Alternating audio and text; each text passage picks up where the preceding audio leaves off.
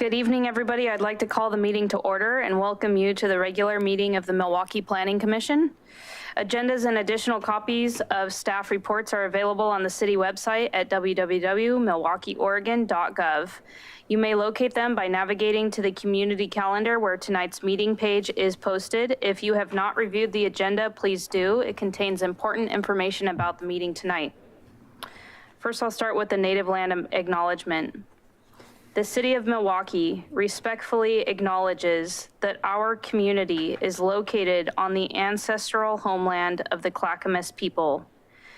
In 1855, the surviving members of the Clackamas signed the Willamette Valley Treaty, also known as the Kalapuya, etc. Treaty, with the federal government in good faith. We offer our respect and our gratitude to the indigenous people of this land.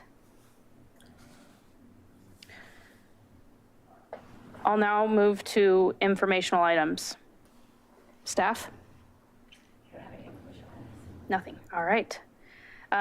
Audience participation is next on the agenda. This is an opportunity to comment on items that are not on the agenda tonight. Does anyone wish to comment on an item that is not on the agenda? If you do, please use the raise your hand feature for those of you out there on Zoom and for anybody in the room. Have we received any interest? No. Chair Losfeld, there is a gentleman online, and if he could, we could ask him to raise his hand if he would like to speak now, or if he did not, then he doesn't need to raise his hand now. Okay, I do see someone in the audience. If you're interested, please use the raise your hand feature. And if we don't see you do that in the next couple of seconds, we'll just move on and assume you're here as a participation. Okay. I'll move on then to Community Involvement Advisory Committee, also known as the CIAC. At this point on the agenda, the Planning Commission will act as the Community Involvement Advisory Committee. I now ask staff to provide any updates. Okay, so I know we talked about having on October 11th as our annual meeting as the CIAC. And we also talked about having the joint annual meeting from the Planning Commission with the NDAs. And so as part of that, John Hennington, as part of the CIAC meeting, John Hennington's going to come and talk to everybody about the equity lens that the city has been developing and the work that we're doing around equity. And then we'll move into the second portion, which is the joint meeting between the Planning Commission and the NDAs. And we will kind of base it, I believe, similarly as to we did last year. So kind of the same format, and we can talk about this agenda a little bit. But last year, we kind of gave an overview of what the Planning Department and the Planning Commission's work plan would be, so everybody can get an idea of the work that's coming over the next 5 years. We can follow up a little bit about what we have done as staff from the last meeting that we had with the NDAs, and then also get an update from all of the NDAs about what's going on in their neighborhoods and what priorities they have now. And then if there are any, there were 2 questions still outstanding we had last year. We had barriers to feedback. And then we also had general topics that we might want to discuss. And then also, I thought that since Commissioner Massey will be attending the quarterly meeting, the NDA meeting on the 29th, and has a few minutes on the agenda to ask the NDAs if there's anything in particular that they would like to discuss during that meeting, that Commissioner Massey could let us know and we could incorporate that into the agenda. Still good to attend? Yep. All right, awesome. Okay, thank you. Any questions? Laura, maybe in advance of that, could you also redistribute? I believe there was a video of kind of the land use 101 training. Sure, it's on the city's website now, but I can absolutely do that. Yeah, it might be good to just recirculate that in advance. So if there's any questions about that content or material, folks can that's a good idea. talk I can do about that. Mm-hmm. Okay. Do CIAC members have items that they'd like to report on? You're smiling. I have a question unrelated to the topic that we have been discussing, but still CIAC. You're sure? Positive. Okay, go ahead. So the transportation system Plan. plan. Yes. Are the NDAs allowed to have one member on there, or is the application for only 6 people at random? Yeah, it's funny that you bring that up because I have that on our agenda for after, because we need to talk about a representative of the Planning Commission being on the Transportation System Plan Advisory Committee. But to answer your question, how it's set up this year is that we have a representative from PSAC on the advisory committee, and I'm going to PSAC to talk to them about that next week. And so the PSAC is made up of all of the neighborhood representatives. So the idea is that there's good neighborhood representation there. And then also you can apply, if you're on a neighborhood association, you can still apply to be on the transportation, I just want to call it the TSPAC, okay? I'm just going to call it that for short, so I don't have to say all those words. I like it. Because the idea was that there's 6 at-large members, in addition to a planning commissioner, city councilor, a PSAC member, the equity steering committee member. And then those folks would be folks that use the transportation system not primarily as a car driver, but use it either as a transit rider, or somebody who rides their bike, or somebody who walks, or somebody who's older, or somebody who's younger with kids.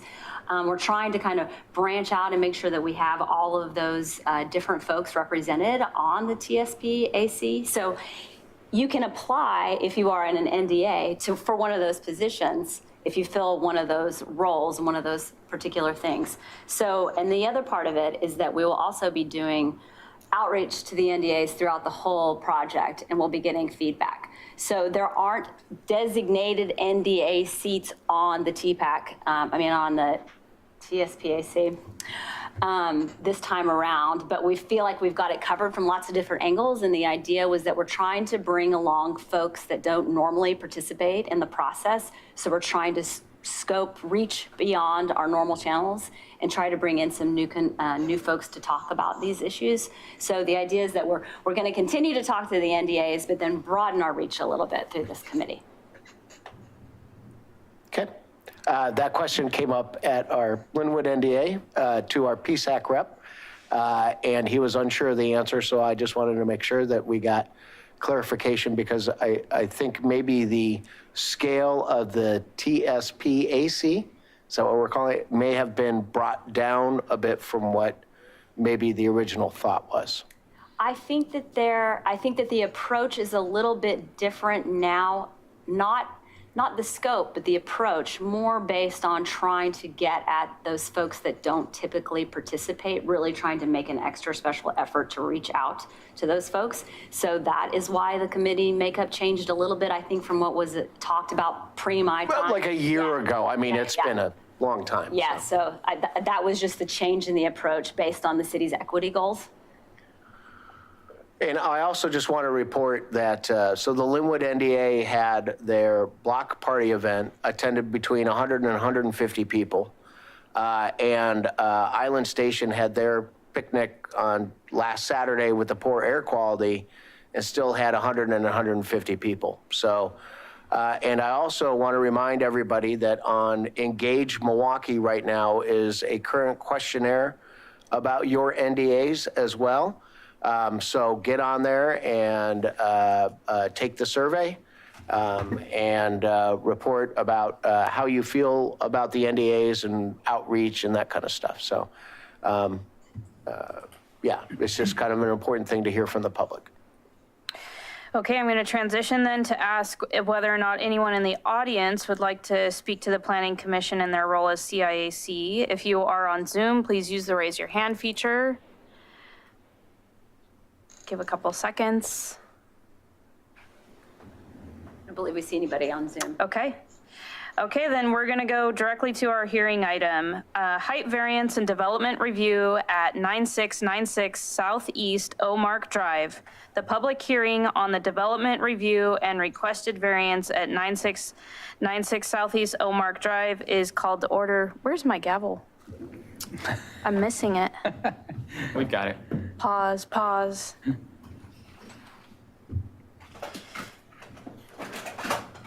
I know you've been craving this far. It's been a pandemic, It's been Laura. a few years. Thank you. The purpose of this hearing is to consider the application numbers VR-2022-007 and DEV-2022-002.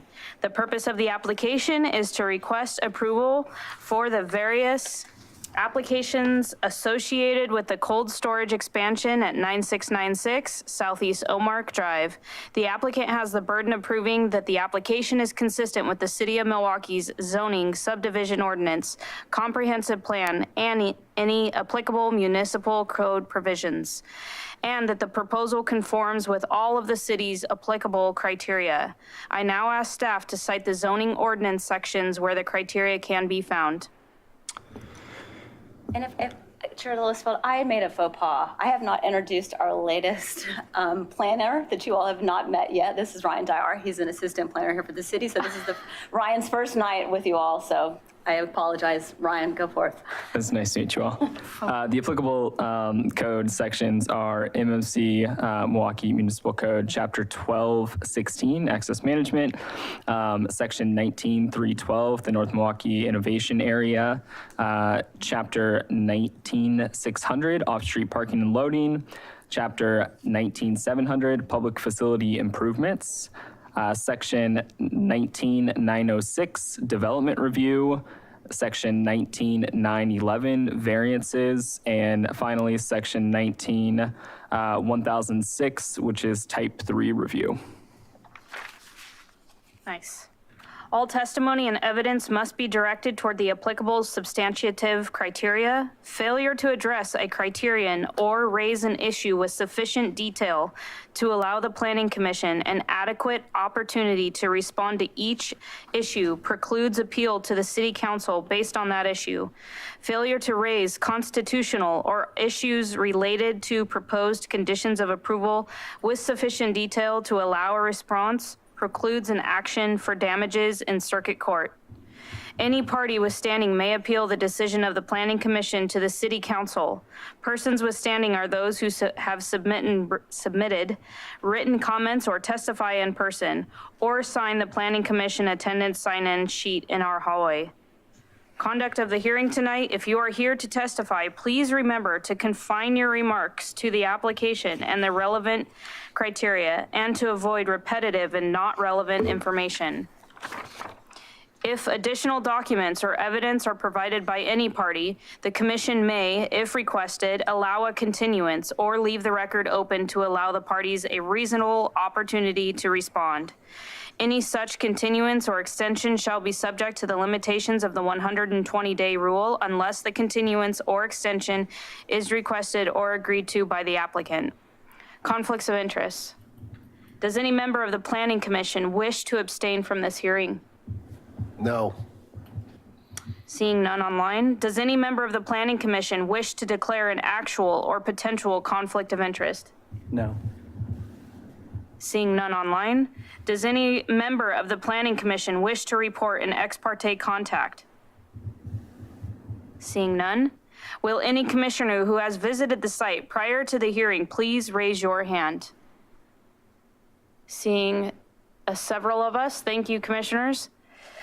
Did any of those commissioners who visited the site speak to anyone at the site or know anything different than what is indicated in the staff report for this application? No. Seeing none online as well. Does any member of the audience wish to challenge the participation of any member of the Planning Commission? I'll give you a moment. Okay. Does any member of the audience, that is a repeat. So let's go to the staff report.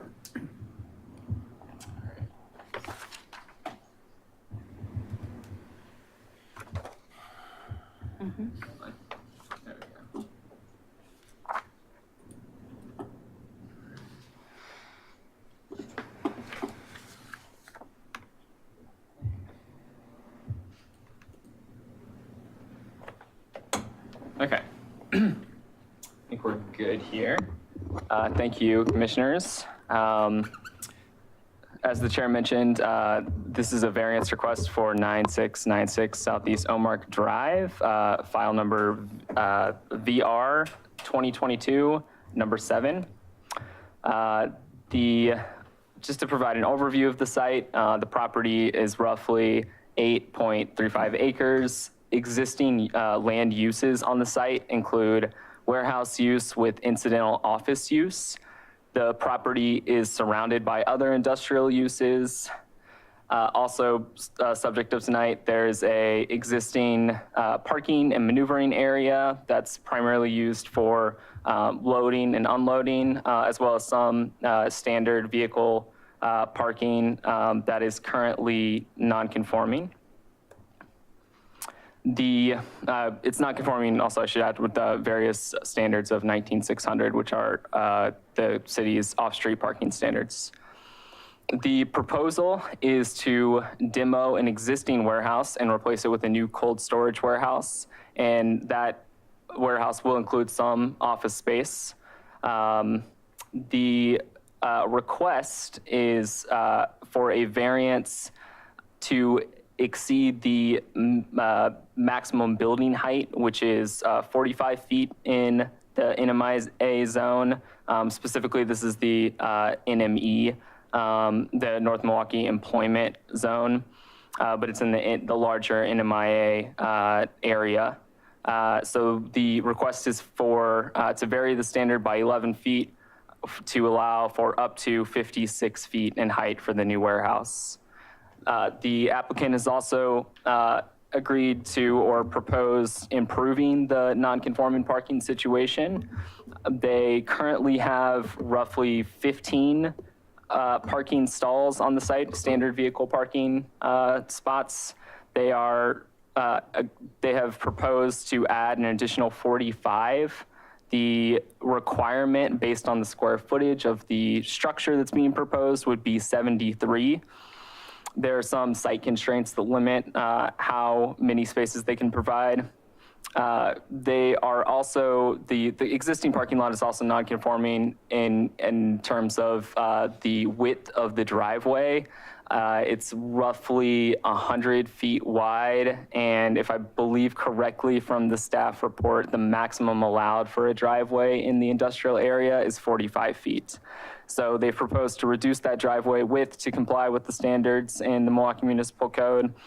They've also proposed adding and improving some of the existing perimeter landscaped areas. And they've proposed adding roughly 7 bicycle parking spots, which is what is required based on the number of vehicle parking spots that are being required under the code, as well as some carpool, van pool parking spots, which is also required in the code. As discussed, some of the building height maximum is 45 feet in the zone. They're requesting the variance to go up to 56 feet. Additional standards are, there's a minimum landscaping requirement in the zone of 15%.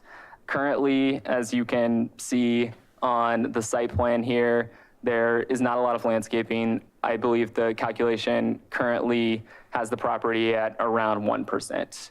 They are proposing through new landscaped buffers to go up to 3%. And we already discussed the parking requirements. So the ask is pretty straightforward. They are applying for the variance to go up to 56 feet in height using the discretionary relief criteria in 1911 subsection 4B1. They have to satisfy these three approval criteria, including providing a alternatives analysis, weighing the impacts and the benefits of granting the variance. They have to satisfy one of the sub-criteria under B, that the variance is both reasonable and appropriate. And they have to show that they are mitigating the impacts of granting the variance to the extent that they exist and to the extent that is practical. Staff believe that the request is reasonable and appropriate and recommend approving the variance, the findings, and the conditions of approval. But of course, you have more options than that. That concludes staff presentation. Open to any questions. I have a question. The bike parking provided is based off of the 7 provided is the requirement, even though they're providing less parking than it is required, correct? Yeah, that number is based off the total number that is required, not the amount that is proposed to be provided. Same, okay, so it's bike, and that's the same for carpool, van pool? Correct. Okay, great.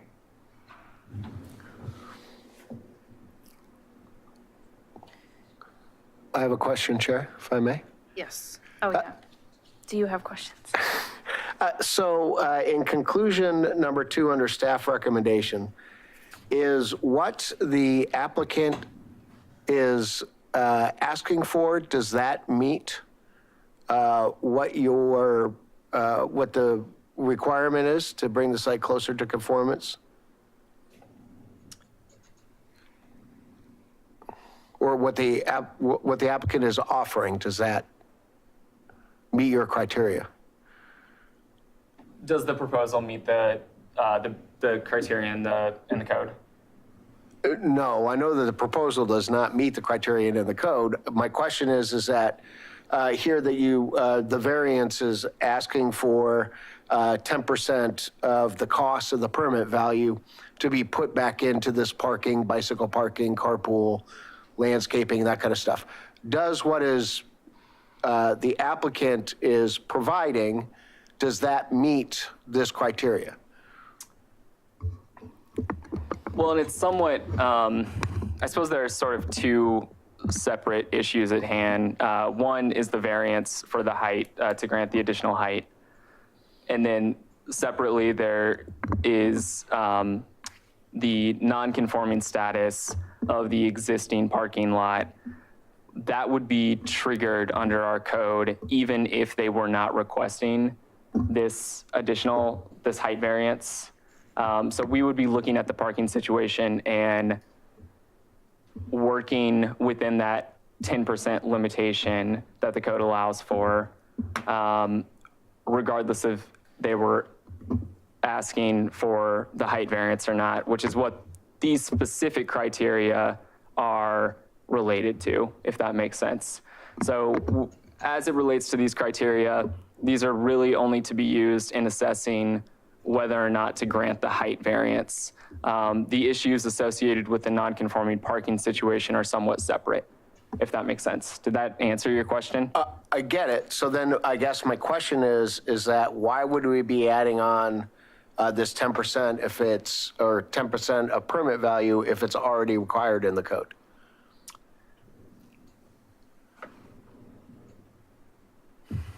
Let me think about it. You told me it's 2 separate issues. Right. You're asking us to do the height thing plus this additional, bring it up to conforming within 10% of the permit value. So my original question is that what are they offering? Is that 10% of the permit value? And then you said, well, code's going to require them to do this anyway. So my question is that if code is requiring it, then why do we have that statement in there? Does that make sense? Justin, do you want to answer the question? Yeah, I think you're conflating 2 issues, Commissioner Hemer. So we've got the height variance, right?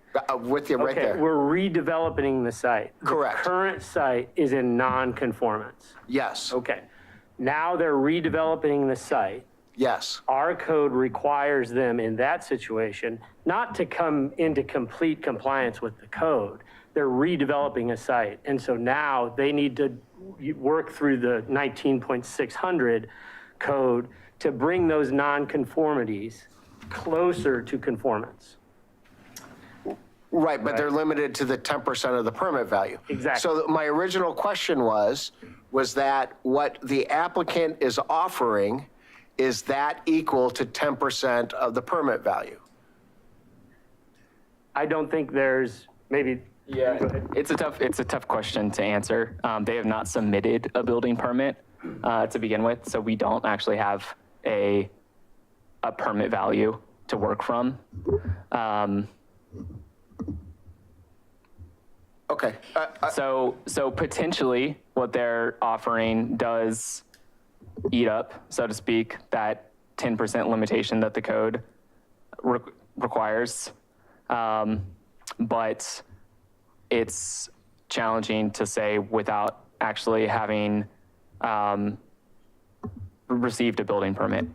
So may I ask a follow-up question, just to make sure I'm clear? Yes. So why is the staff recommendation put in there and that we attach it to this applicant if code is going to require it anyways? I think if I may, Commissioner Hamer, in scanning the findings and conditions of approval, I don't think it's necessarily in there. I think in the staff report, those two things are presented together, but I think here it's not. So, and we could look at it more closely, but Okay, so we should ignore potentially. point number 2. Yeah, possibly. Thank you. I guess that was my clarifying question.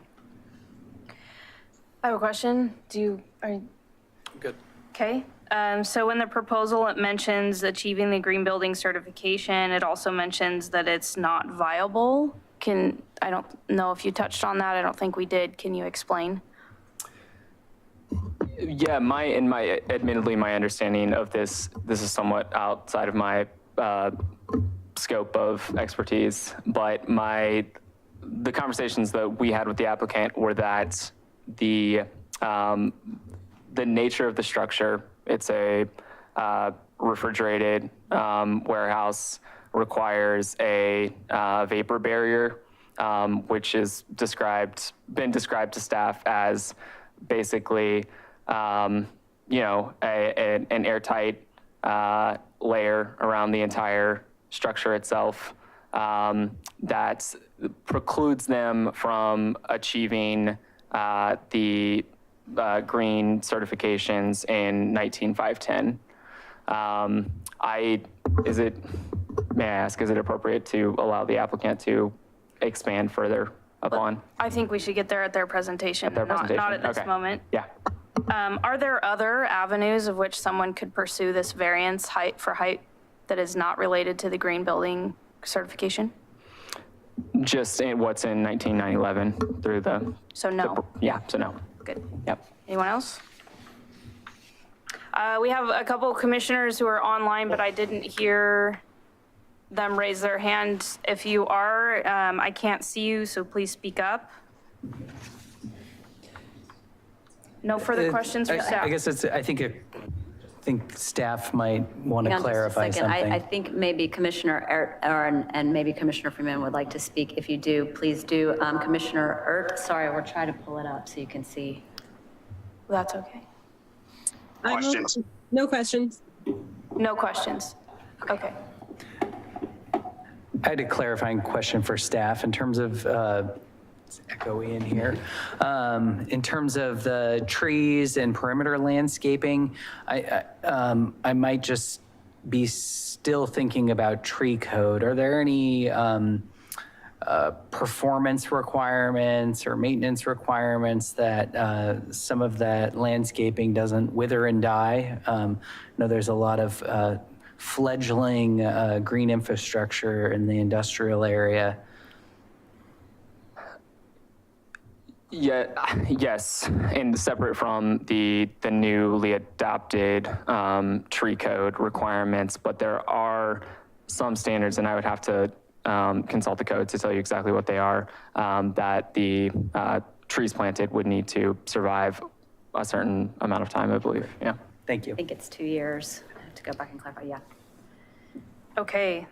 Well, let me ask I have a quick follow-up question. All right. That got some excitement. Go ahead. So staff, this has been a topic a couple of times, and so in the new tree code, if there's keep the foliage alive for X number of years, is that in effect with this particular development? The new tree code doesn't apply to commercial development, but we do have additional language in our code that has a stipulation that the landscaping be maintained. Yeah, we've gone back and forth on this a couple of times, and I don't know what the answer is, but I just kind of want us to arrive at an answer so we're not talking about this all the time and we just have here is answer A, apply answer A. Okay. Yeah. I will bring that to you next time, Chair Massey, just so we don't have to have this conversation again. I'll Sure. read the absolute code language because I don't want to try to pull it up now because that would take. I just want to make sure it gets applied to the conditions of approval. Yeah. Yep. Thank you. There was a commissioner online, I thought I heard someone speak up. That was me, Commissioner Freeman. I think my question was similar to Commissioner Massey's, just kind of how it applied with the 2 years with the tree vegetation, how it correlated with the tree code. But I think staff answered my question. Okay, thank you. So now as a testimony, have we received any correspondence on this matter other than those included in the meeting packet tonight? No, okay, thank you. Applicant testimony, would the applicant or their representative like to comment? Is that I think it's a yes? On the green. Yeah. Okay, if so, could I just ask you to come to the table, state your name first and last and your city of residence? Kevin Watkins, Vancouver, Washington. Okay. Oh, and, Sean Hood, I'm owner representative for Alpine Foods. okay, great. So go ahead. So to obtain the over 45-foot height variance, it mentions you get a kind of a free pass for doing a green building. And with the freezer, this isn't just a cold storage, but a minus 20 degrees freezer. It's a whole different type of building. The structure is completely different than how you'd build a freezer or a cooler or any other cold storage facility. So we went through all the different types of green building that are available that the city recognizes that you can get certified in. One is the Enterprise Green Communities, which basically only pertains to affordable housing developments. So that doesn't even pertain to this. The Earth Advantage, again, addresses mostly multifamily and single family structures. So again, doesn't pertain to what we're doing. Passive House, again, is more geared towards a residential type development. So again, that's not even an option for us to look at. The Energy Trust of Oregon New Building Program, Path to Net Zero. Again, with this being a freezer, there's really, it's a high energy consumption to keep our food that we put in the grocery stores cold. And so, I mean, it's physically, mathematically not possible to get close to net zero with a freezer type facility. Living Building Challenge, that one was, I believe that one, there wasn't any real specific items in that one that I could find other than you have to apply. Then they would give you a call. You got to go through a whole process to try and get certified in that. But looking through what it would take with all the different items that they'd want you to look at, again, it's more geared towards a multifamily residential type program. Again, not a commercial industrial cold storage facility. The one item that would possibly, I say possibly because I still couldn't find a way to make it happen, would be the LEED certified to try and become LEED Gold. When we went through that list, you could make about half of the items work. When I spoke to the staff about this a little bit, it was either kind of an all or none scenario. So it wasn't like, hey, I can get halfway there, but we can't get all the way there. So we could get to about halfway LEED certified, but not fully LEED certified. Again, it's all based on just the nature of the type of building it is, the type of materials that we have to use for a cold storage or for a freezer building. As Ryan had alluded to, these buildings are very critical that we keep vapor tight. If not, they just grow ice inside of them. So it's a very unique type of construction, especially in these newer freezers that we're building. So I could not find an avenue. I'd reached out to many people that was not able to find, they weren't able to provide any assistance or an avenue to make this a certified LEED building, which would be the only option for us. So we did our due diligence. I feel like we went, you know, we really tried to see if there was a way to do this as a LEED Gold certified, but about half of the items just that you have to meet that you don't even get points for, we wouldn't be able to make qualify. So like I said, we'd have no problem if you would compromise and say we could get halfway there. You know, I don't know if they have a half gold certification, but it's just with this type of building, it's just not something that's possible. Any questions on that?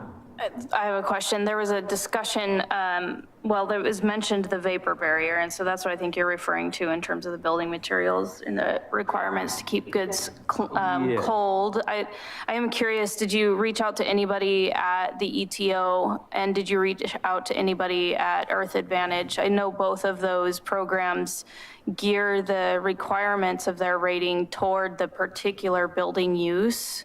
So comparing like to like so that it is a fair rating.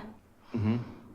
No, we did not reach out to them. We went through all of the standards and we looked at what they considered a warehouse, because I've gone through this. We build these freezers all across the country, North America, Canada, and we've never once been able to make one a LEED Gold certified. We've been able to make food production facilities LEED Gold certified, but not freezers LEED Gold certified. Is the requirement gold? I thought it was just certified. It just says certified, but gold's the lowest.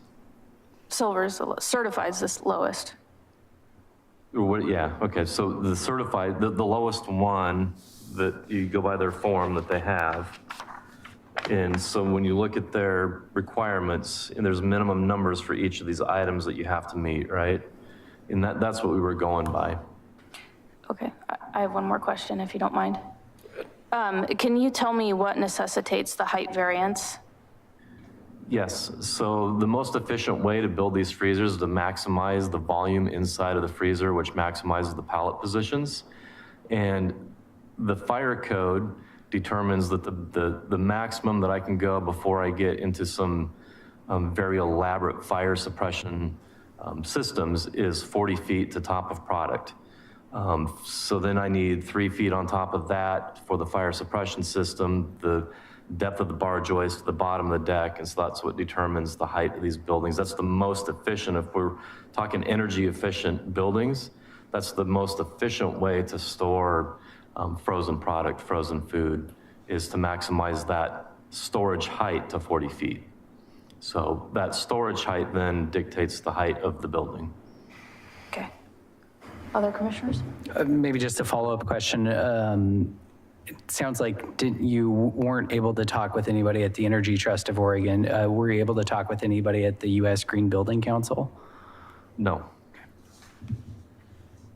I have another question. Yep. So the landscape requirement, can you tell me why only 3% is being achieved, but 15 is required? Yeah, if you all went out to the site, obviously, you all walked the site, understand the constraints of the site. It's existing non-conforming. So it was my understanding, for one, that wasn't part of the variance, that it was consider existing non-conforming, but work with us to make it more conforming is best that you can. So we're basically proposed to increase the landscaping by 200%.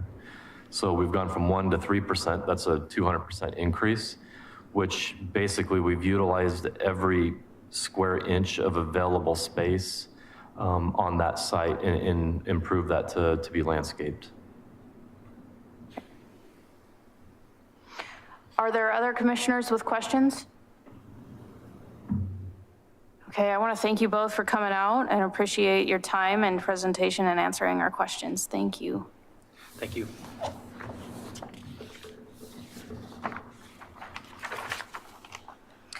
Okay, there is a portion now where we get to go to audience testimony. Do we have anyone who wishes to testify on the application within our audience tonight? And if so, would you please use the raise your hand function if you are on Zoom or in the room? We don't have anyone on Zoom. Okay, we have one person in the room. Is there a card that they've submitted? or comment? Did you put the cards out? Ryan? I don't know if I saw them out there when we Okay. came in. Do you mind if we invite him up to the table and just, okay. Sir, if you want to come up to the table, state your first and last and your city of residence, please.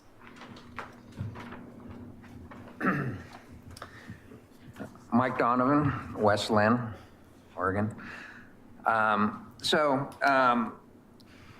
the general manager of the Pendleton Distribution Center that's just on the corner of Milwaukie and Omark, so right next to the proposed construction site. And the concern that we have is parking. As we all have seen that area, there isn't much parking. And the parking that's there is public parking, and it's used by businesses for employee parking. And the concern would be adding more employees to, based on the improvements of this building, and having considerably more issues with parking. I believe now that Alpine is leasing parking, and which has helped out immensely. However, that's not a permanent solution. And it concerns me that that solution might go away with the addition of additional parking spots.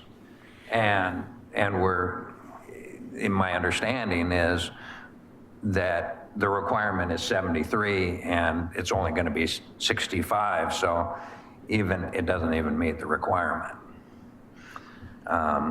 So those are the concerns that I have, and I was wondering if there was anything that we can do to alleviate those concerns. Understood. Okay. Anything else? That's mainly it. So just the parking is the concern. Okay, appreciate it. Thank you. Okay. Applicant, you have a chance for rebuttal. If you'd like to address the table again. So I would like to just make sure that everybody understands that by redeveloping this site, that we are not adding additional space because we're tearing down a building and building a new building in its place. So it's not necessarily developing it to bring in more employees and to exacerbate the parking difficulties on that site. So we're repurposing a structure in an area from a dry storage to a cold storage. Anticipation is we're not going to add head count to it, but we're actually going to also repurpose our parking area to gain more positive parking spots for our employees also. Okay. Anything else? Okay, thank you, appreciate it. Okay, the public testimony portion of hearing VR 2022-007-9696 Southeast Omark Drive is now closed. This is an opportunity for the commission to discuss. Who'd like to lead us? I have a clarifying question for staff. Could staff just remind us of kind of, and perhaps the applicant talked us through all the green building certifications, but I think to Commissioner Loosfeld's question, even just basic LEED certification is enough to count towards a height variance. Is that correct? Correct. That is how the code reads. I would probably not characterize it as a height variance. If you meet the green building code, you get permitted to expand the height of the building anywhere between 45 and 90 feet, I believe the code says. This is a completely separate avenue that they have chosen to take, which doesn't involve any green certification for a variance to the 45 feet requirement to allow them to build the 56-foot building. So the terminology variance and the green building is conflating two different areas. Can you say that again? Maybe slower. Yeah, I think to your question, yes, what 510 of the code reads is it just says lead as one of the certifications that you can use to pursue additional height in this zone. I think what Justin is saying is that to some extent, our conversation has sort of begun to conflate these two processes together by which an applicant can pursue additional height in the zone. One is through this green building certification. The applicant today has elected to pursue an entirely different approach, which is the discretionary type 3 variance. Does that pretty much sum up what you're, yeah. I think the terminology we use with the green certification in a variety of other contexts as well is you get a height bonus. So it's not necessarily what we would call a variance, which is a term of art in a particular section of code. Does that make sense?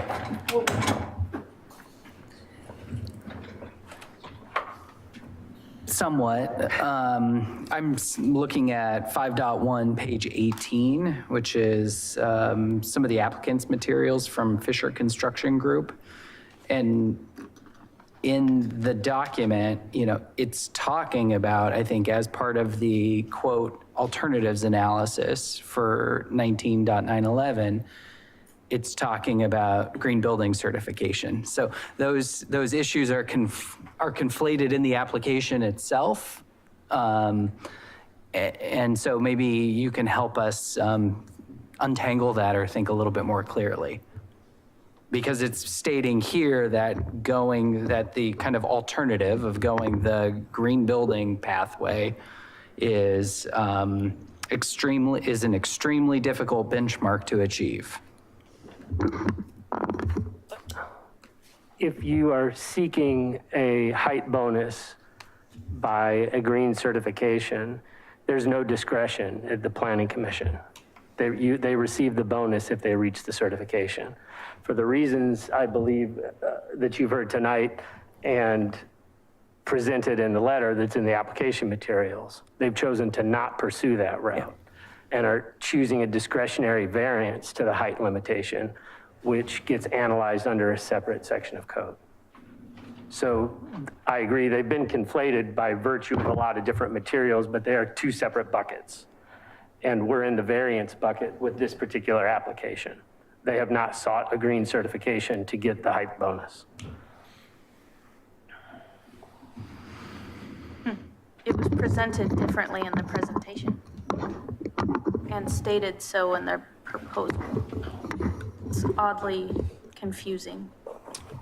I think the green building bonus, and correct me if I'm wrong, is relevant insofar as you suggest with criteria A, providing the alternative analysis. It was one of the alternatives that the applicant would have looked at when deciding whether to comply with what the base code standards allow for, which includes this height bonus via the green building certification, or to pursue the variance, which is the route that they decided to go. So I think it is relevant insofar as it relates to this alternatives analysis, if that helps clarify the conversation. Can you put up the final slide?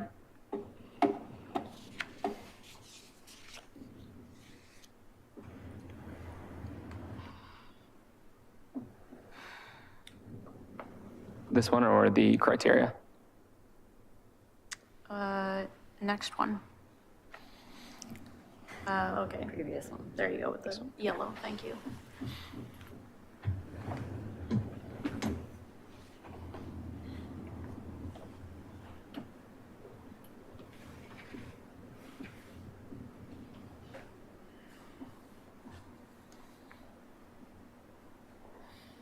Commissioners, other questions, comments?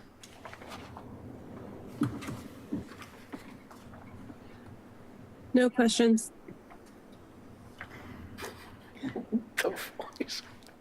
So we're beyond questions we just want to talk about, or, Yeah, well, yeah, okay, we're talking. got it. Just want to make sure we're out of the clarification mode here. So when I look at this development, the first thing that comes to my mind is that it's a unique use in a unique location. That's the first thing that I think about. And, I think that anyone else, any other developer coming in here wanting an 11-foot height variance is going to get a much more critical view by myself, certainly. But I think that this location, for its intended use, I think it's a reasonable request. And I think because of the location, it doesn't have any negative impacts to the surrounding community because there's the buffer of the rails and that kind of thing. It doesn't seem to interfere with any sight lines or anything like that. So for that reason, I'm inclined to support the variance because as I understand it, the variance is, what we're addressing, the variance bucket. But I would say that if we were to approve it, I would want to make sure that the record shows that it was approved at least on those two things that I mentioned earlier are part of the approval process, that they're approved based upon the location, the use of the facility and the location of the facility, because I think that I would have a much more difficult time supporting this proposal if they were somewhere else. Okay. Thank you, Commissioner Massey. Commissioner Sherman? Yeah, I just want to also confirm, because I think I interrupted you, Commissioner Losfeld, that we've closed our public hearing. We definitely closed it. Definitely. There was a gavel. Great, thanks. I think I probably distracted myself there, so I apologize. Always a stickler for process.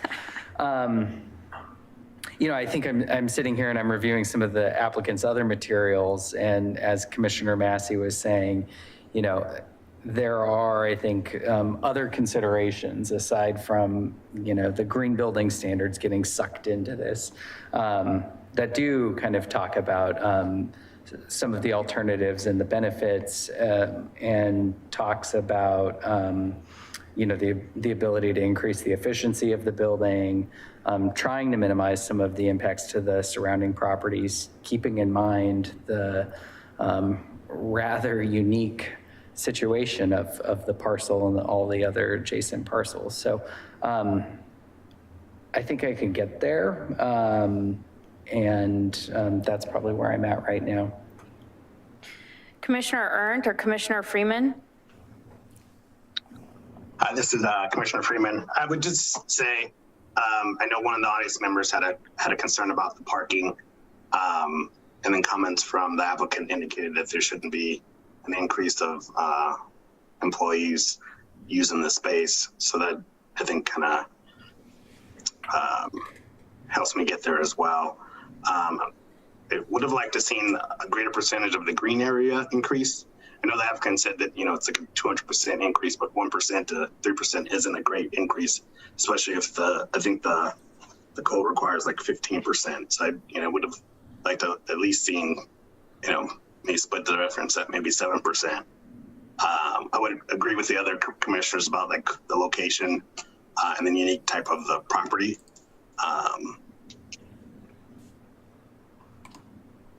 Yeah, I think those are all the comments I had. Thank you, Commissioner Freeman. Commissioner Ernst, do you have any thoughts? I just won't take up too much time because everybody else has spoken very thoughtfully on this, and I agree with all the other commissioners, so I'm ready for approval. Can you put that slide up again? I'll just share my thoughts. My thoughts are that the alternatives analysis, I'm not convinced. I felt they were fairly weak and could have gone deeper. And I do know that there's an opportunity there that we could have been pursued. Reasonable and appropriate and meets one or more of the following. The one that I feel that the project does potentially meet is desirable public benefit, and that this site is being redeveloped, that they're reusing the facilities, and that the public will just get the benefit of having a facility that's in use. There's employment involved, and that is a benefit generally to the public, but I also believe that anybody who develops this site would provide the same public benefit. I'm not inclined to approve based on what I've seen. I don't feel there's enough extending itself to reasonable and appropriate for coverage within the variance criteria. So I'm in a position to decline. Chair Losfeld, could you share more on the first criteria, providing an alternative analysis of impacts and benefits, why you think that wasn't well addressed? So I certainly would like to understand or see more about how the different, because there is such a variety of standards that you could go after. I would have liked to have seen more about how potentially a lead checklist might have been created. I do think under the certification minimum that something like this is appropriate. They gear it towards specific building uses. And having certified a number of buildings myself, I just have that familiarity and know that can be keyed towards particular buildings and their energy use intensity. I also have done a number of projects through the ETO, and I also know that they look for these type of special uses, and because they tend to be such energy hogs, that there's a real advantage and a real interest of theirs to support projects like this.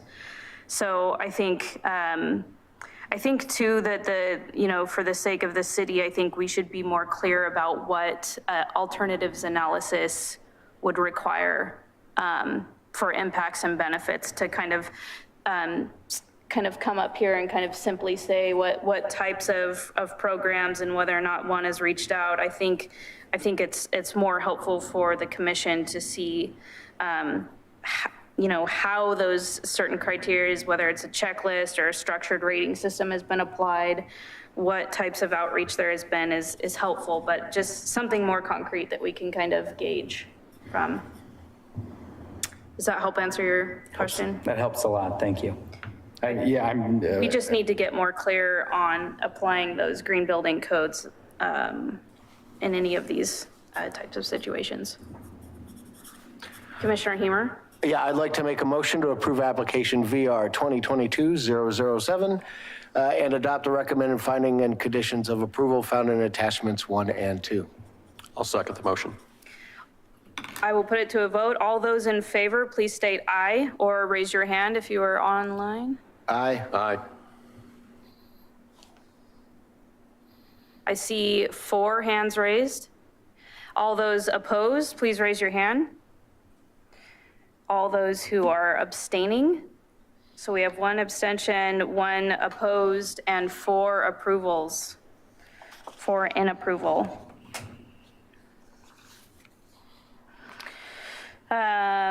Let's see here. That is then the outcome for VR-2022-007 is approved by this commission with a vote of 4 in support, 1 against, and 1 abstention.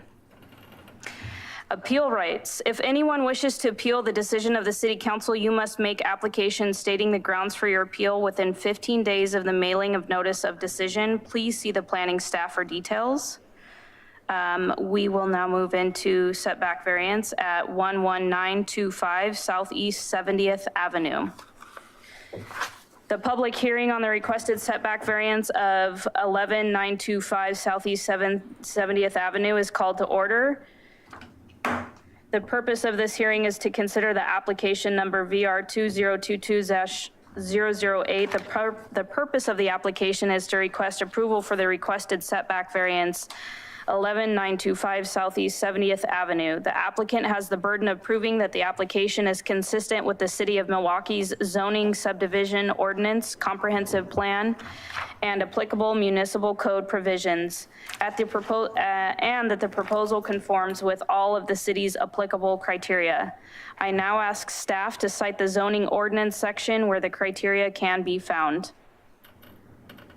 Thank you. The pertinent sections are MMC Section 19301, the moderate density residential zone, MMC Section 19911 for variances, and MMC Section 19006 for type 3 review. Thank you. All testimony and evidence must be directed toward the applicable substantive criteria. Failure to address a criterion or raise an issue with sufficient detail to allow the Planning Commission an adequate opportunity to respond to each issue precludes appeal at City Council based on the issue. Failure to raise constitutional or otherwise issues related to proposed conditions of approval with sufficient detail to allow a response precludes action for damages in circuit court. Any party withstanding may appeal the decision of the Planning Commission to the City Council. Persons withstanding are those who have submitted written comments or testify in person or sign the Planning Commission attendance sign up in the hallway. Conduct of our hearing tonight. If you are here to testify, please remember to confine your remarks to the application and the relevant criteria to avoid any repetitious or non-relevant information. If additional documents or evidence are provided to any party, the commission may, if requested, allow a continuance or leave the record open to allow the parties a reasonable opportunity to respond. Any such continuance or extension shall be subject to the limitations of the 120-day rule, unless the continuance or extension is requested or agreed to by the applicant. Conflicts of interest. Does any member of our Planning Commission wish to abstain from this hearing? No. Seeing none online, does any member of the Planning Commission wish to declare an actual or potential conflict of interest? No. None online. Does any member of the Planning Commission wish to report an ex parte contact? Yes. Go ahead. So as secretary of our Linwood NDA, this was brought up on our meeting on Thursday night. The land use chair did not choose to respond, but did bring it up into the meeting. The discussion actually turned into why that it had to be spread out to 300 feet. So that was actually the basis of the discussion. We did not actually talk about the application in full. Thank you, Commissioner Hamer. Will any commissioners who have visited the site prior to the site hearing please raise your hand? We have two. Thank you very much. Did any of the commissioners who visited the site speak to anyone at the site and note anything different than is indicated in staff report and in this application? No. No. Thank you. Does any member of the audience wish to challenge the participation of the Planning Commission? Please use the raise your hand function. Nope. Jurisdictional issues. Does any member of the audience wish to challenge the jurisdiction of the Planning Commission to hear this matter? Nope. Okay, staff report, please.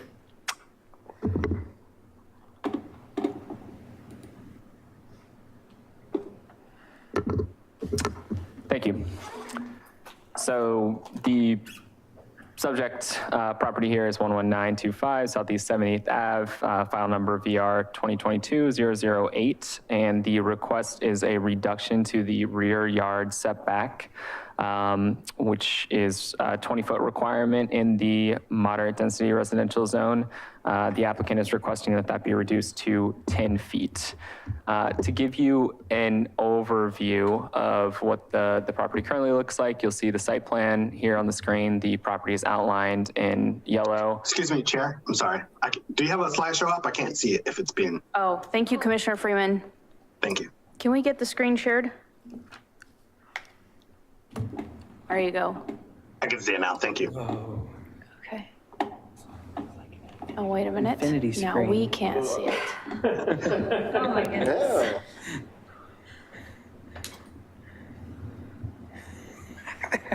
Oh, that's great. Can't see if that says share.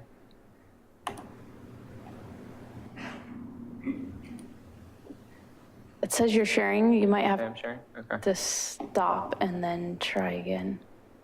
I don't know if it's helpful, but if you can, well, online, I usually just go on a side window to follow along. Because we've had that problem for a while.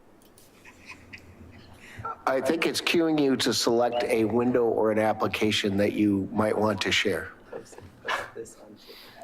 Interesting. Okay.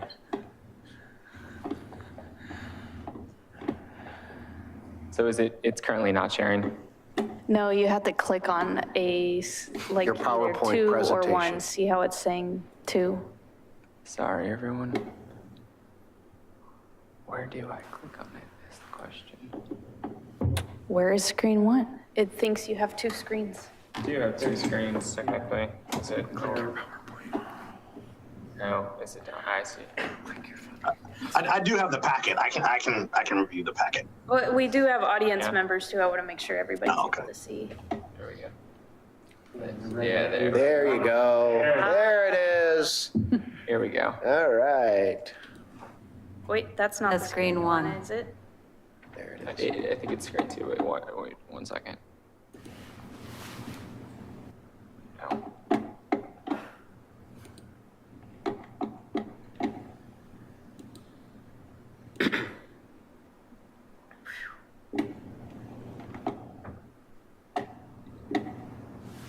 Are we there? I think so. Thank you, Ryan. No pressure. Good. Thank you for your patience. Okay. You can see on the site plan, the subject property, it's located at the corner of Southeast 70th Avenue and Southeast Plum Drive. It's currently developed with a single unit dwelling built in '68 and has an accessory structure you can see on the northern portion. The lot size is just under 7,000 square feet. And when the house was constructed, it was built right to what is currently the rear yard setback. So there's roughly 20 feet, 6 inches between the back of the house and the rear property line. The applicant is requesting a reduction to the setback in order to establish a unenclosed patio cover over an existing concrete slab. You could see here a site plan provided by the applicant showing approximately where the patio cover would go. In terms of development standards for the moderate density residential zone that apply here, they are compliant across the board with the exception of this rear yard setback requirement.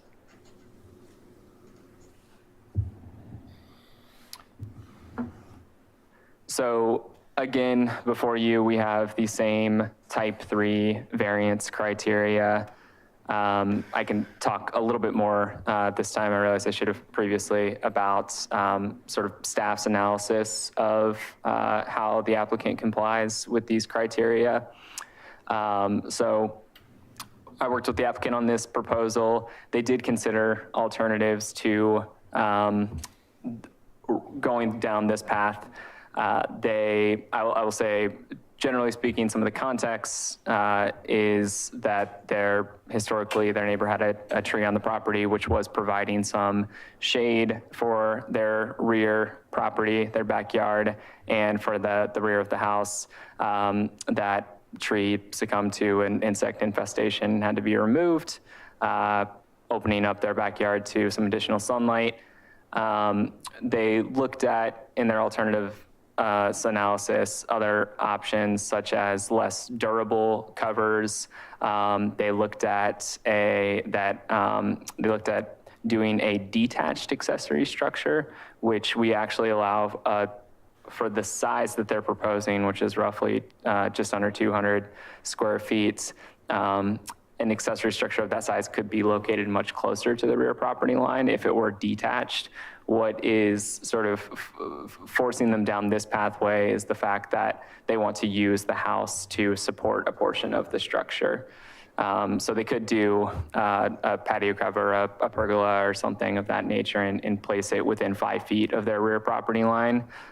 They're proposing to go down this pathway and just requesting 10 feet between the rear property line and the structure itself. So, you know, we believe that in terms of, you know, criteria B here, that the request is reasonable and appropriate, that they're, you know, in choosing to go this way versus doing something that the base code allows for insofar as this detached structure. You know, it's maybe less invasive for the privacy of their rear neighbor than if they were to do what the code just allows for. That they're responding to a change in the natural environment around them, and yeah, that there are benefits to going down this route. That doing something that the code allows for, the detached structure, such as providing continuous coverage between the house and the patio. Yeah, just that it provides benefits that otherwise might not be achieved without the variance. And to the extent that they're mitigating the impacts, the applicant has offered to do additional plantings on the rear of their property, and staff believe that's acceptable, if maybe not even fully necessary. That concludes my presentation.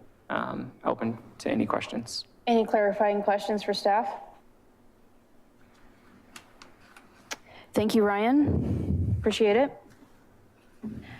Testimony, this is an opportunity, whether or not we have received any correspondence on this matter.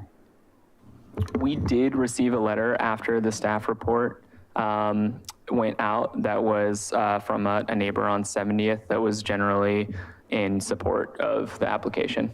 And I could provide that to anyone who would like to see it. Thank you. Just to clarify, generally in support or in completely in support of it. Okay, thank you. I'm gonna say that was Sorry, apologies. I appreciate that, actually.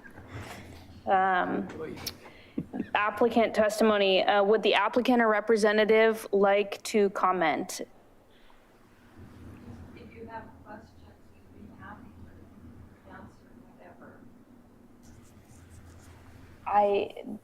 I'm gonna just ask whether we have questions, if we would ask them to come to the table. I think this has been pretty straightforward for all of us.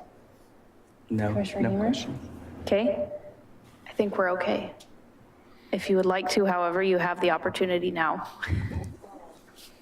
I think everything is in Okay, now, I don't know what I would add. okay.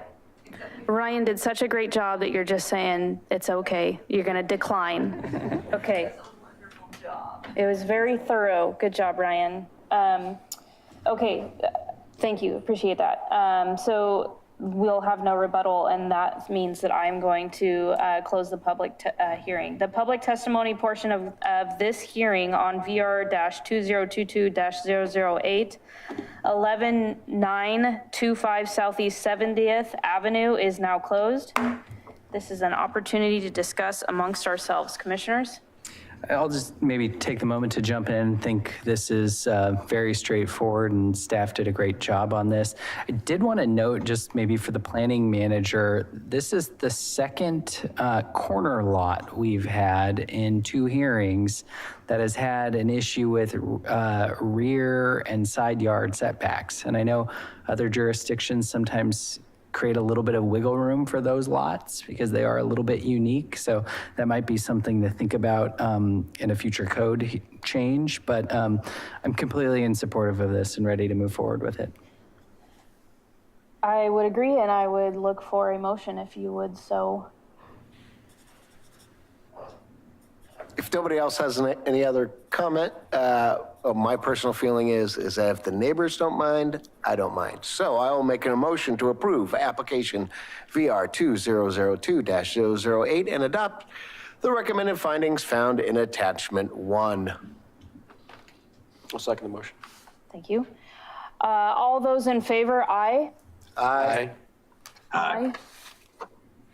Was that unanimous? I didn't, Commissioner Yeah. Ernst? All right, we have a unanimous approval of the proposal VR-2022-008 has been approved by this commission with a unanimous vote.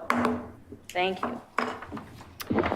Appeal rights. If anyone wishes to appeal the decision of the city council, you must take the application stating the grounds for your appeal within 15 days of mailing notice of decision. Please see planning staff for details. Thank you. All right. As if it hasn't been fun enough, we're going to go into a work session. Code amendments, climate-friendly, equitable communities. Oh, what was that? You have a question? What? Oh, not about that situation, it was about the last one that was on the variance of the Alpine. Oh. Does staff want to, I should, don't know, I was just gonna wait to talk to somebody. well, let's take a 3-minute take a break recess. and you can ask questions to staff and we will adjourn for 3 minutes. I'll ask that everybody return. Lawrence. 3 minutes? Yeah.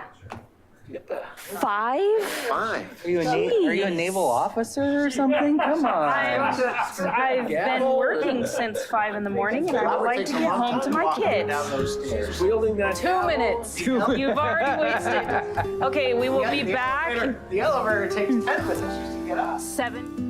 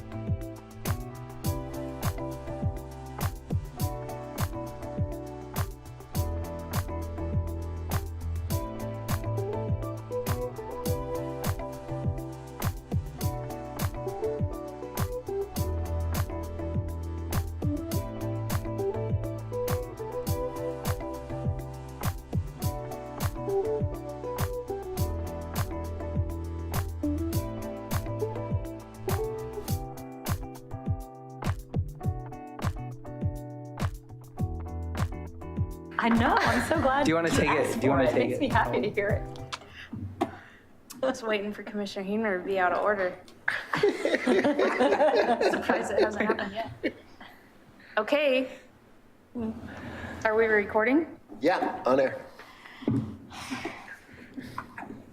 The work session item is a discussion of code amendments related to climate-friendly, equitable communities rulemaking.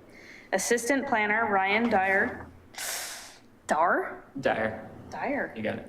will present information about the code amendments for discussion. Ryan? Okay. Thank you once again. See if I can get squared away here. Okay. So I'm here to discuss just an overview of the climate-friendly equitable communities rulemaking process and the implications for the city of Milwaukie. So thinking big, the climate-friendly equitable communities rulemaking came in response to Governor Brown's executive order in 2020, EO 2004. The goal of that executive order was to, well, I should say that the executive order tasked state agencies with taking steps to reduce greenhouse gas emissions. One of those agencies, the Department of Land Conservation and Development, which oversees land use planning in the state of Oregon, was specifically tasked with reducing transportation-related greenhouse gas emissions by reducing the need to drive single occupancy vehicles. Broadly, the rules, they change a few things, but namely, I say the way that jurisdictions update their transportation system plans and coordinate transportation and land use planning. Most changes to that end will be addressed through the TSP update process, but there are a few items that do take effect sooner, and the parking rules are sort of the focus of tonight. Some of those rules take effect on January 1st of 2023 for new development applications that come in at that time, and others take effect later that year, June 30th of 2023.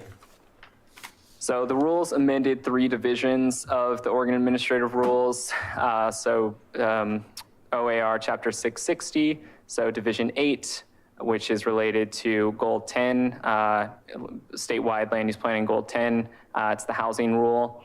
It mostly discusses how jurisdictions do housing needs analysis and housing production strategies, which are 2 sort of technical planning documents that the state requires jurisdictions to create to better understand their housing needs, existing conditions related to housing, and steps that they can take to improve housing outcomes for their communities.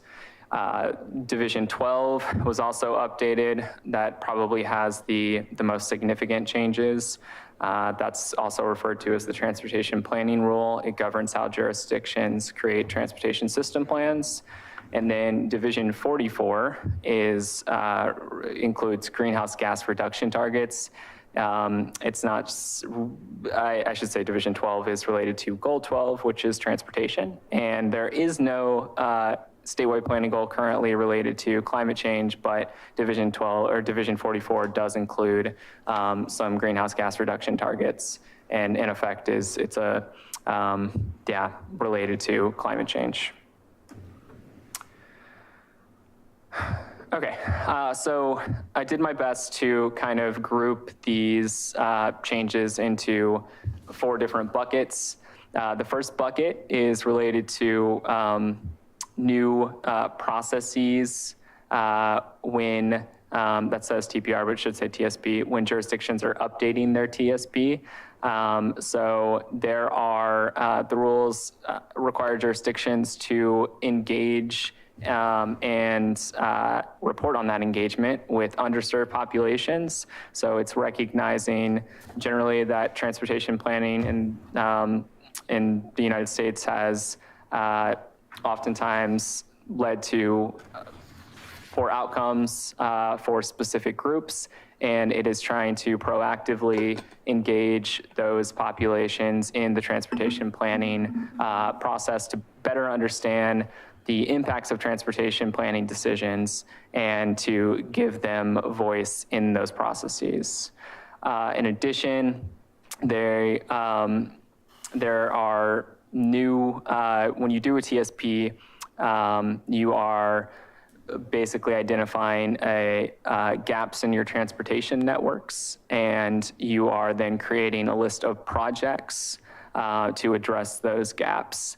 The rules previously were primarily concerned with the capacity of the roadways for automobiles, and the prioritization factors that were in the rules spoke to those concerns, and they have been revised to first and foremost address reducing vehicle miles traveled, VMT, but to also, to that end, support compact pedestrian-friendly development patterns, address safety, the equitable outcomes that we were just talking about, and then also supporting economies and other factors that local jurisdictions determine to be important.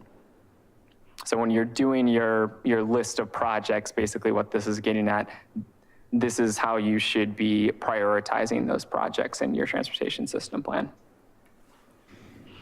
So the second bucket is new enhanced components in your TSP. So one component that jurisdictions will now be required to produce is an equity analysis. So this is clearly related to those engagement requirements that we were just talking about. So requiring jurisdictions to do more robust analysis and to better understand how the projects that they are proposing will impact these underserved populations. In addition to that, the new rules are requiring jurisdictions to include a more robust network inventory. So that's across different modes of transportation, including automobiles, pedestrian inventories, bicycle inventories, transit inventories. So to better understand what local transportation networks actually look like. So an example of this, I think, is the new pedestrian elements will be required to include much more detailed inventories as it relates to like pedestrian crossings, the width of those crossings, whether those crossings are signalized. That's all information that was not previously required to be collected during the transportation system plan update. That is now something that jurisdictions that we will have to do to make sure that we have that information so we can better understand our networks. Third bucket, the transportation planning rule has always kind of been about has been getting at this goal. That's coordinating land use and transportation planning. So through our TSP update, we will be required to update our land use regulations to ensure that our land use regulations are promoting pedestrian-friendly and connected neighborhoods, that there is compatibility when you have pedestrian environments and auto-oriented land uses, think drive-throughs, gas stations, things of that nature. And also that you're protecting the function of the transportation facilities, the intended function. So I think roadway classifications, arterials and connectors and local streets, that the land uses that you're permitting around those facilities are protecting their intended function. That's been a long-standing rule, but there have been some minor changes. The last bucket and the primary point of discussion tonight is the parking regulation reforms. So Milwaukie must adopt parking reforms by June 30th of 2023. So that includes updating the zoning code to promote shared parking, promote carpooling and van pooling for new commercial development, allowing property owners to convert underutilized parking spaces to uses that promote alternative modes of transportation outside of single occupancy vehicle use. So transit facilities, for example, a bus stop. For large parking lots over a 1/4 acre in size, there are some new requirements that basically builders would have to take steps to mitigate the urban heat island effect.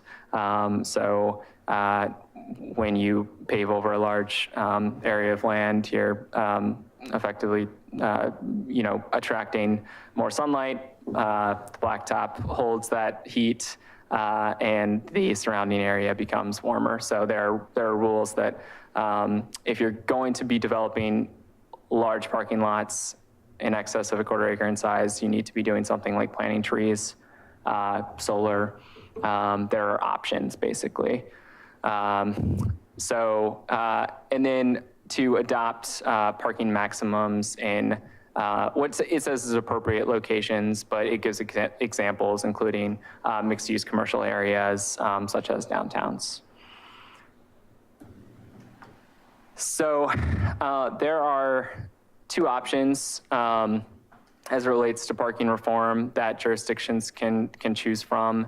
One is to, and I will say that we did give this presentation as well to City Council, and the majority of councilors were elected option A, which is to remove parking mandates citywide. So basically, we will no longer have minimum parking quantities provided for new development or redevelopment across the city. I'm sorry, was there a vote? When you say majority, what was the split? I don't think we... There's not a vote, it was a work session. We just had a conversation about it. There's only one city councilor that did not want to go with option A. Okay, thank you. Yeah. But I want to be clear that when we went through the parking regulation on this last go-around, that City Council did say to mandate 1 parking spot per single-family residence, right? I think Yes, they did, but now this is coming down the pipeline and this is from the state, so. And I think their decision probably is influenced by the next couple of slides Okay, as well. thank you. Oh, sorry, we're jumping. No, it's okay.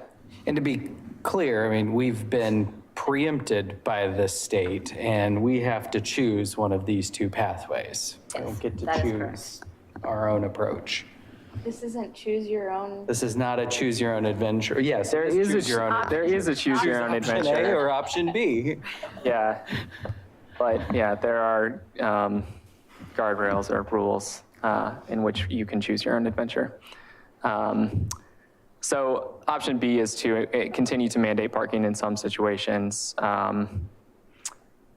but the locations and the types of uses for which you can continue to mandate parking minimums is impacted by additional rules. So under option B, we can continue to mandate parking in some situations, but we have to also adopt these additional provisions. So those include reducing the burden of parking mandates, parking reform near transit corridors. That's probably the most significant one here. Parking reform in climate-friendly areas, which would be impactful if not for the parking reform near transit corridors. And finally, reduction of parking mandates for certain development types. So under option B, effective January 1st of 2023, Milwaukie can no longer enforce parking quantity mandates within a 3/4 mile of a max transit stop and within a 1/2 mile of frequent bus lines. In addition to that, this map shows there's a this rule does not quite take effect until June 30th of 2023, but also within a quarter mile of Region 2040 centers. But the other two, the frequent transit, the 3/4 mile of a max transit stop and 1/2 mile of a frequent bus line, those rules do take effect on January 1. I just wanted to be clear that what the map is showing actually shows what, as of June 30th, will be the effect of the rules. And so just to clarify, if city council chose option B, Yep. the only place that parking requirements could remain in effect would be the orange areas shown on the map. Correct, and only for certain development types. It's a very small And corner also, of our just city. Since we're being very clear about everything today, that font for that legend is, Not so good. I mean, I think my eyes are pretty young in this room, but I think you need some glasses, my friend. I got contacts. That is hard to read. She started working at 5 a.m. She's tired. Her eyes are tired. Understood, Help me out, appreciate. please. Yeah, will in the Otherwise- future do my best to make sure it's legible. So, you know, this is, these rules are, the frequent transit rules are geographically focused. There are additional rules as of January 1st that we would need to comply with. We do not have to update our code to reflect these changes until June 30th, but we must apply the rules directly as of January 1st. And so that includes the frequent transit corridors and also these uses. We cannot require more than one parking space per unit for multi-unit development. In addition, there are a number of sort of protected housing types, I guess, in the rules, you could say, that mostly group living situations for which jurisdictions can no longer require parking mandates, minimum parking mandates. And I will say in all of this, the rules are specific to minimum parking quantity requirements. They do not nullify 19600 in its entirety. So where builders choose to provide parking, our regulations about what that parking looks like will continue to apply. So it's their choice. When they choose to provide it, yeah. But what's not a choice is the like landscaping perimeters, for example. Would you say that again? I'm not Yep. sure I just want to be clear that 19600 which regulates off-street parking, so parking provided on private property, includes many regulations related to parking. Part of that is how many spaces they must provide, a minimum number of spaces. We also provide maximums for land uses. And what I'm saying is that these rules disallow jurisdictions from continuing to require a minimum number of spaces. They do not say that you cannot continue to regulate parking that builders choose to provide. So if somebody comes in, for example, decides I want to build 10 spaces, we're going to say, okay, but 19600, the landscaping, the buffers, those things continue to apply. And we might also say 10 spaces is above our maximum, you can only build 8. Correct. Yeah. Yeah, and part of this rulemaking process, which we have somewhat pulled apart from this presentation, is the EV charging requirements. So I don't know have we heard about that? The EV charging, that's coming to you also. You all will see that if they do provide parking, that we can require some EV charging, but we'll have a work session on that. But Yeah. if they don't provide parking, we can't require them to provide any EV charging stations. So I have an observation. Yes, sir. If this had come a year ago, wouldn't we have saved a lot of time? Yes, but it did not. Yeah, I know. They've been negotiating this. Just wanted to be very thorough. They've been talking about this. There was a 2-year process of a committee going through this and developing these rules, and we weren't really sure where they were going to land, if they were going to land at all. And then they finally did land this summer, was May. So that's when everything got finalized, so when we understood what was actually going to apply. But yes, your observation is correct, Commissioner Massey.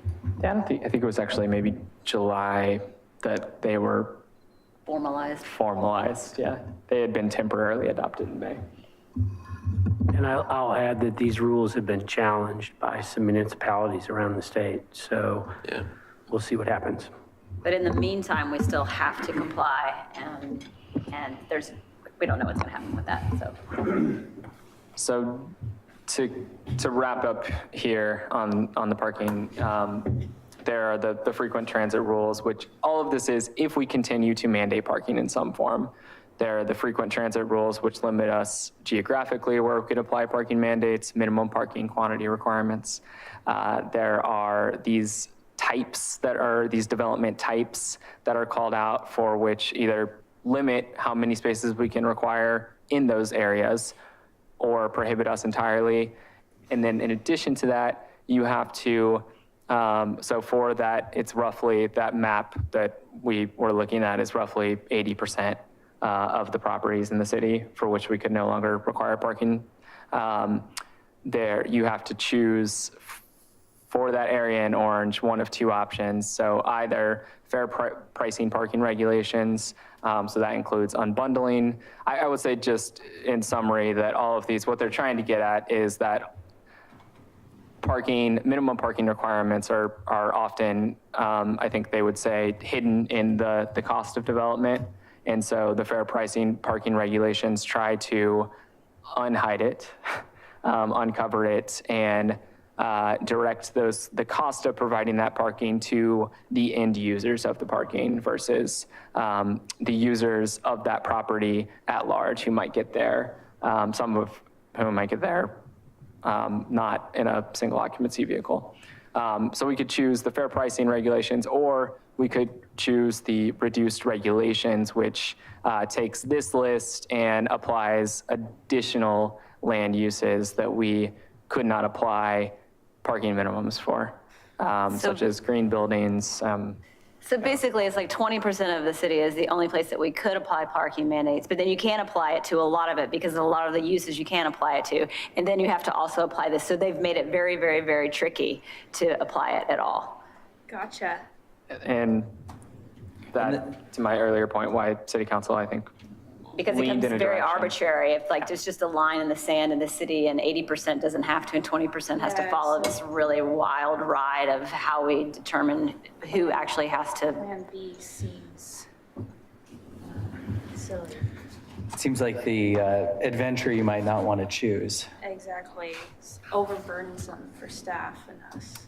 And the applicants and business types change and you have to just track so many different things. So they've really discouraged option B. Yeah, they did a good job of making that the less appealing. And I think, yeah, especially in a city like Milwaukie, which, I mean, I think the max plays a huge role here in limiting where it can Yeah, apply. because But we're so this small. does apply to redevelopment as well as development, is what I read, right? Mm-hmm. Yeah. So you can't take a shortcut. Yeah. And we're in a unique situation because the city's so small and we have the max and we have 2 frequent bus lines and that basically covers it a fourth of a mile. Whereas other jurisdictions, it's not going to be nearly this impactful, but it has a high impact with us. Well, and I'm surprised that actually Linwood is uncovered because I would think that 152, right? Isn't that 152 that goes from down Railroad and then goes to CCC? It's a certain limitation, so it's like an actual number. Yeah, it doesn't run frequent enough. Right. I don't know, it always stops me, the train, and the rest of the traffic. Stop following the bus. 7:30 in the morning, I there it is. guarantee you that. Out of order, there it is. Finally, I made it. So at the end of it, we're not really, I mean, we're bringing this to you in a work session so you all are aware, but then we're going to come back with code. Oh, so you don't actually care what we think tonight? No, I Okay. do. Of course we do. Do you want us to vote? No, there's no voting. Well, what do you have to do with code except just say no parking required? We don't actually have to do anything with code, but what we will ultimately prefer to do is instead of there's things that we will have to look at in the code. So we can refer to the state statute for a little while, but then we're gonna have to go in and like look at our parking maximums. Like, do we want to have a conversation about that? So Yeah. there are some little things throughout the code that we may have to talk about. Yeah, if you're interested, Rule 660.12.405 talks about these aspects that are on the screen. So ensuring, and I think in some respects, our code likely is compliant with some of these things already, but promoting ensuring that our off-street parking standards do promote shared parking, that new commercial development is, there's some things like so van pooling and carpooling is currently, the number of spaces provided is dictated by the number of minimum vehicle parking spaces you have to provide. So it's changing things like that to make sure that the language isn't completely reliant on the minimum number of parking spaces provided, if that makes sense, because we will be removing that from the section. This section about mitigating urban heat island, we don't currently have that in our code. I mean, we have landscaping requirements as we've discussed here tonight, but we don't. This rule is pretty specific about what options developers can choose from to mitigate the urban heat island effect. So there are some changes that we'll have to make beyond simply scratching out minimum requirements. I think I agree with the majority of city council on this, that first option probably makes a lot more sense than applying a convoluted set of regulations to a small subset of our city. Seems like it would create a lot of administrative burdens and not have clarity for the development community. So I think I agree with council's direction on this. Also, I didn't add, but that area is also largely urbanized already. So the development potential is somewhat limited. Anyone else? I would agree, Commissioner Sherman, well said. Okay, Do you want to see if Commissioner Ernst or Commissioner Freeman would like to? I would ask Commissioner Freeman or Commissioner Ernst if you have any comments you want to share. I don't have any further comments, but yeah, I would agree with generally that option B definitely would be burdensome administratively and for such a small section of the city. Thank you. Commissioner Ernst, I see you're off mute. Oh, just nothing to add. Can't see that, see?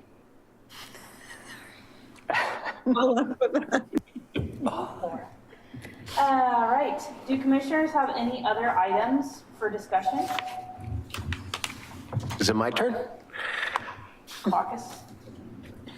Let's see, I have 33 minutes. Here we go. Let's go. September 17th, it is going to bring out a remarkable day here in the city of Milwaukie. The Milwaukie Environmental Stewards Group, along with James Recycling and Exceed Enterprises, is having its sustainability fair here across the lot from City Hall from 2 p.m. to 6 p.m.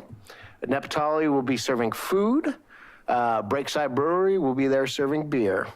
There will be raffle prizes, activities for children of all ages, vendors, and of course, a James Recycling event, and Exceed Enterprises will be accepting styrofoam as well. You might even see Sasquatch running around on the ground. So come on down, it'll be an awesome, awesome time. Come and see some of your vendors that believe in zero waste and doing good for the planet.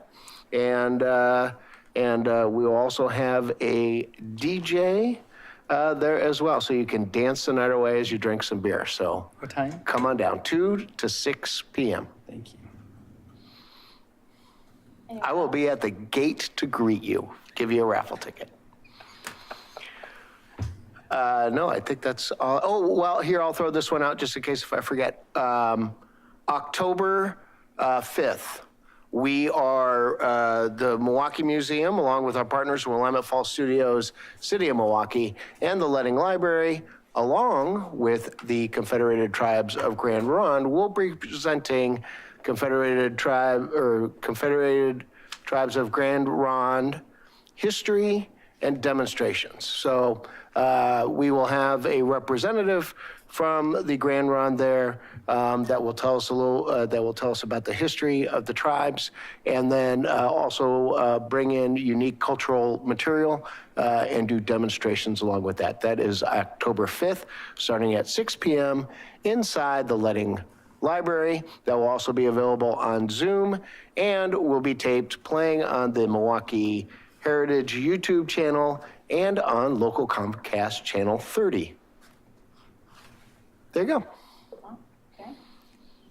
Anybody else? You're not allowed? Yes. So the TSP Advisory Committee. Oh, yeah. So council representative, planning commission representative, equity steering committee representative, PSAC representative, one from both the CPIC and the CPAC. And then these 6 positions that are open right now. And we are getting good response, just so you all know. We've already had 9 applications, so that's really great. So we don't have to, you all don't have to decide tonight, but if you decide tonight, that's great. I'm just looking for somebody from the planning commission to sit on that advisory committee. We'll probably start work, it's probably gonna be January at this point. I'd really like to say it was gonna be sooner, but it's been a very slow process with this grant funding. So it'd probably be January through, I would say, early spring 2024. I'm thinking maybe 2024.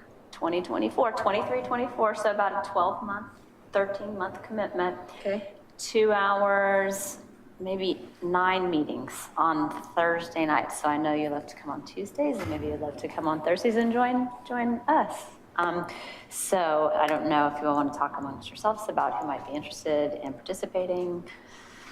I've previously expressed interest and remain interested. I was going to actually ask you, Commissioner Sherman, does your career and your employment create a conflict? I don't think so. I work in the transportation industry. I don't think any cross-jurisdictional issues would arise here that would create conflicts, and certainly don't work for a consulting firm who would be poised to financially benefit from this. So I, would maybe defer to our wise counsel over there on whether there's any real or perceived conflicts of interest. Could you repeat that? He works for PBOT. Is there a conflict with him serving on? Greg was asking if there would be any potential conflicts given the fact that I work in transportation for another city jurisdiction. I don't think so. And so to the other commissioners, Commissioner Sherman is probably our expert in this. And I would fully support him if he wanted to do that. Unless if there's somebody else. I'm out of here in May or something. I think my term ends and I can't get repicked. 8 years. I'm probably the only commissioner that's ever made it a total of 8 years. But at any rate, so I'm out of here, so it doesn't do me any good to put me on a committee. And I don't ride a bike. I don't really, as you can tell, I don't really walk, exercise, do any of that kind of stuff. So I like my car. We do Thank you usually for like to volunteering, have, Jacob. yeah. I think you'll be a great addition. We do usually have a support. So in an evening where Commissioner Sherman may not be able to make it, and I wonder if there's anybody who might be thinking about that, that would be good to know, I think, to support you in that role. And I think Commissioner Edge might have an opinion as well. Yeah, he might. And and recognizing Commissioner Edge isn't here, we might not want to make a decision tonight, but have a conversation at our next. I think you have a great. Yeah, we have one more meeting before I need to, because we're getting submissions through September 30th, so the council's going to appoint in October. So we've got another meeting. Okay. Nail it down. Okay. Forecast of future meetings? Forecast our future meetings. Let's see. So next time we have the hearing on the code amendments for the high density zones that we've done so much work on. And then we have a work session on the EV charging stations, charging code, sorry, and then the downtown design review. Remember, we had one work session, we had to punt. So I would really, really like it if you all could review those materials, because there's a lot in there. It's really dense. And I know Chair Lewisfeld, you worked on the DLC on this, and so it'd be really great to get your review on that before we have another work session, and that's coming up on the 27th. And then on the 11th is I've held everything except for the CIAC meeting and the joint meeting with the NDAs. Cool. So we don't have a land use case on the schedule at all? Nope, you all requested not to do that on October 11th, so I've been holding that line. If something strangely, now we're kind of past that point, so Okay, it's all just right. those two things. Thank you. So, why do we need to go through EV parking standards if the rule is we don't have to have parking? Because if people do decide that they want to build parking, we're going to have EV charging. We're required to have standards for that. And we're having a meeting, just a work session on that piece? Well, we're having it's one of 3 things we're going to talk about that night. Okay, gotcha. Okay. I'm going to adjourn the meeting. If someone would like to make a motion. I move we adjourn. It's been moved. I'll second. It's been moved and seconded. Meeting adjourned. Thanks, guys. No vote.